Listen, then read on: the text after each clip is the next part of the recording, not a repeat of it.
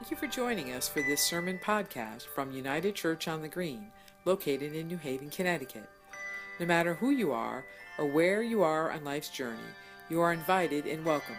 If you enjoy this podcast and would like to learn more about our open and affirming ministry at United Church on the Green, please visit our website at unitednewhaven.org. Thank you. Would you pray with me, please? Dear God, may the words of my mouth and the meditations of our hearts be acceptable in your sight, O God, our Redeemer. Amen. Well, dear people, today really is the first Sunday of Advent. What would I do without all of you reminding me how important the calendar is? In this special time of preparation, we can choose to observe each year a time of awaiting the birth of the Christ child. It's our choice. We certainly do it as part of our liturgy as we follow the UCC and the other denominations, as we have our church history, our church year before us. We have a time to celebrate for 4 weeks in spite of how very deafening might be the secular noises around us. This could be a time of deepening faith and awareness of Christ among us. Christ among us already and into that time of the here and not yet. That's what the saying says. Advent means coming, when people then watched and waited for Jesus to come, and we can do that same thing too today. It can be for us a special time of experiencing the holy, breaking into the daily. In the reading of the Gospel of Mark today, the author was speaking to the first century Christian community of Jewish and Gentile Christians who were facing persecution and were anxiously awaiting the coming again of Jesus, coming again of Christ's return. They were scared and they were incredibly unsure of themselves. The author urges them to endure their suffering by holding on to the sure and the certain hope of Jesus' return in glory. We see also, as Paul often reads and says to us from the letters to the church of Corinth, reminding Christians there that they have everything they need to wait faithfully for Christ's return, beginning and ending with God's own faithfulness to them. God, he writes, God is faithful. Catherine Matthews seeks us to begin to think about that persecuted little band of Christians surrounded by powerful forces that threatened them with extinction. I mean, this was not an easy time to be Christians in an early church. So how comforting and inspiring these images must have been to them. The God that they trusted in was faithful. They heard and they would come with power greater than anything that they could imagine, that very Roman Empire that they despised and were threatened by. This coming of Jesus again would obliterate all of that. And it would lift them right out of that terrible situation that they were finding themselves in. These were good words. And Jesus would establish his longed-for reign, you see, of love and justice, of kindness, right then there in their midst. They indeed had to stay awake because their very lives depended on it.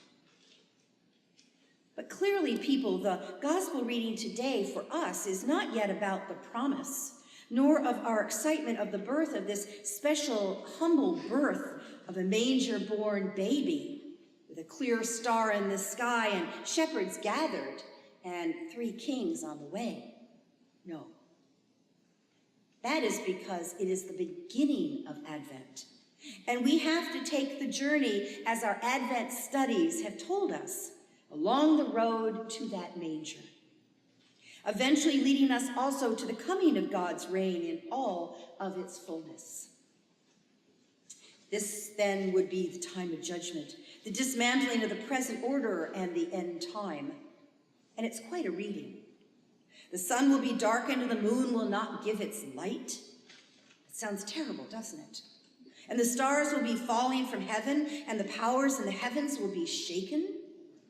Then they will see the Son of Man in all its glory, coming in clouds with great power.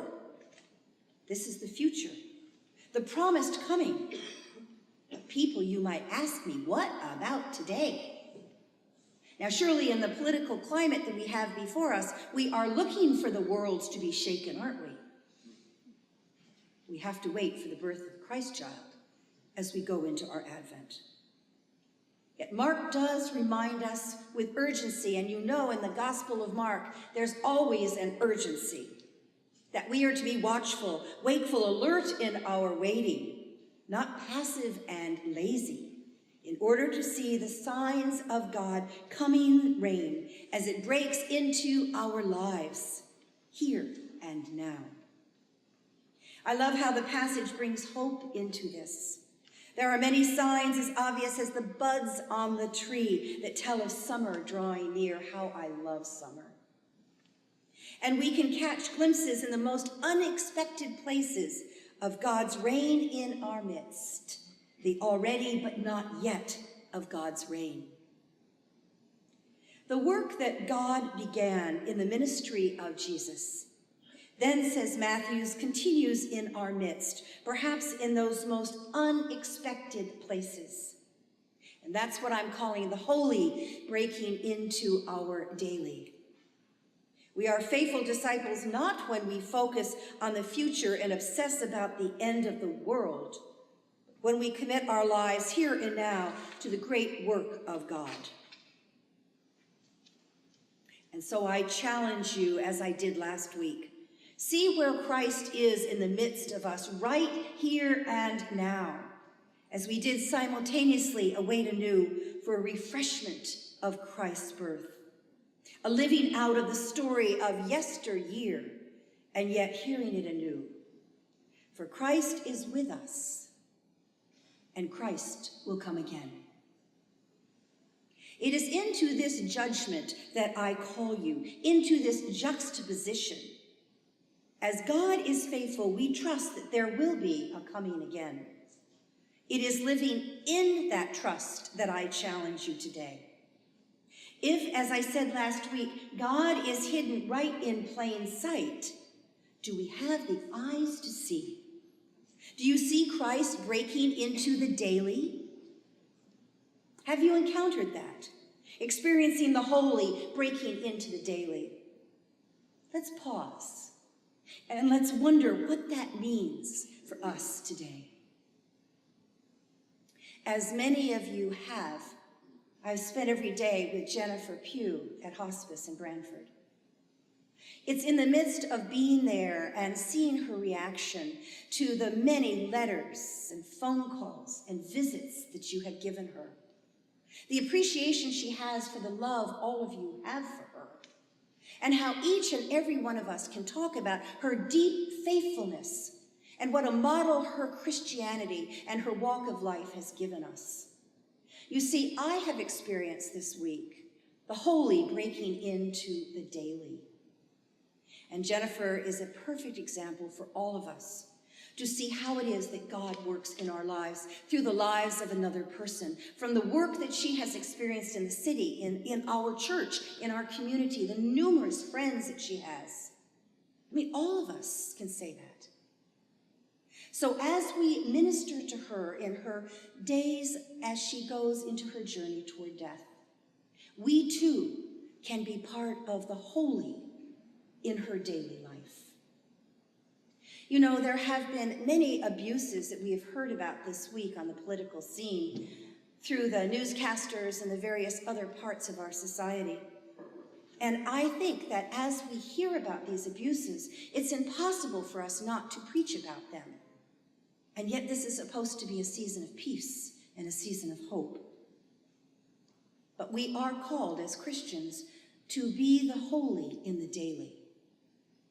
So in thinking about what this meant today in the midst of the news that we have before us, I know what it meant to Matt Leahy, who is a former student of mine, and he wrote in the UCC Daily Devotion, He said we must be awake to the daily abuses that we see around us. And we could use many examples for that, whether it is racial bigotry, whether it's homophobia, you name it. The Me Too issues, all that we have above us. But instead he chose to talk about an abuse that not much is spoken of, but which I have very, very deep feelings about. I don't know if many of you know this, but I used to go to Bangkok, and I used to work with Christian missionaries who were working with human trafficking. And that is exactly what Leahy talks about today. He wrote about human trafficking and says, "Few enterprises are more heinous. If forcing children to become slaves doesn't ignite righteous anger in us, I'm not sure what would." According to the U.S. State Department, human trafficking is one of the fastest growing crimes in the world. It is the world's second largest criminal activity after drugs. There are some 5.5 million children trapped in the human trafficking industry. And those lucky enough to escape have a long and difficult road to healing and recovery. But some survivors have declared, "I am a warrior. I am a warrior and I want to work to combat human trafficking and help the victims." And as for the rest of us, we can go to battle too. You see, we can be the holy in the midst of the daily. We can be there not with physical weapons, but armed with information, with awareness, advocacy, action, and prayer. Most human trafficking happens under our noses and right in our backyards. See how he calls on us to bring the holy into the daily. So, dear people, as we begin the season of Advent, preparing to receive God as a vulnerable child, remember the baby Jesus was entrusted to us, as are all of God's children. Do we have the eyes to see? We need to be awake to see the issues around us, to respond with love to those unloved, to care and to care deeply for all of God's creation, and to be awake and to see and create the holy coming into our daily. For Mark is inviting us to look for Jesus, even here, even now, in similar places of vulnerability, of openness, and of need. And so I ask you as your pastor and as your friend, are we equipped to respond? Our leadership is fashioning a new way for us to respond to fuller ministry to the lesser of these. A way we can more effectively respond to those who come in through our open doors, as well as be more responsive for ministry to all of us here. We will be arranging for a workshop similar to a CPR training, but instead training us how to respond to those with mental health issues. If we are going to see the holy breaking into our daily lives, we must know how to respond. Are we not called to be faithful disciples, committing ourselves right now to the great work of God, repairing this world and shaping a new creation of beauty and grace and justice and joy and love, leaning into the reign of God and trusting that future to God and God's own timing? You see, I think the double message of the gospel today is that God surprised people with Jesus, and God still surprises us by working among us today and believing in a God who cares about the problems of the world and works to serve them and solve them. But I say we need to do our part. Dear people, we need to stay awake and be on the job for God. So be it, and amen.